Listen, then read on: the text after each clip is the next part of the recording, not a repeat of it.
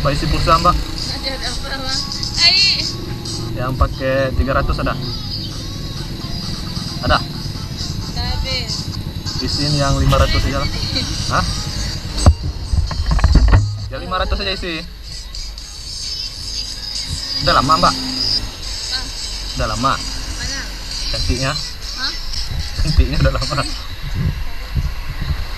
Bukalah semua pintu asmara di hatimu.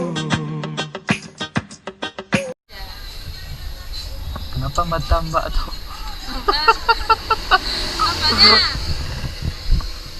Coba lihat mata. Coba lihat matanya. Apanya dia? Copot mata baru tuh.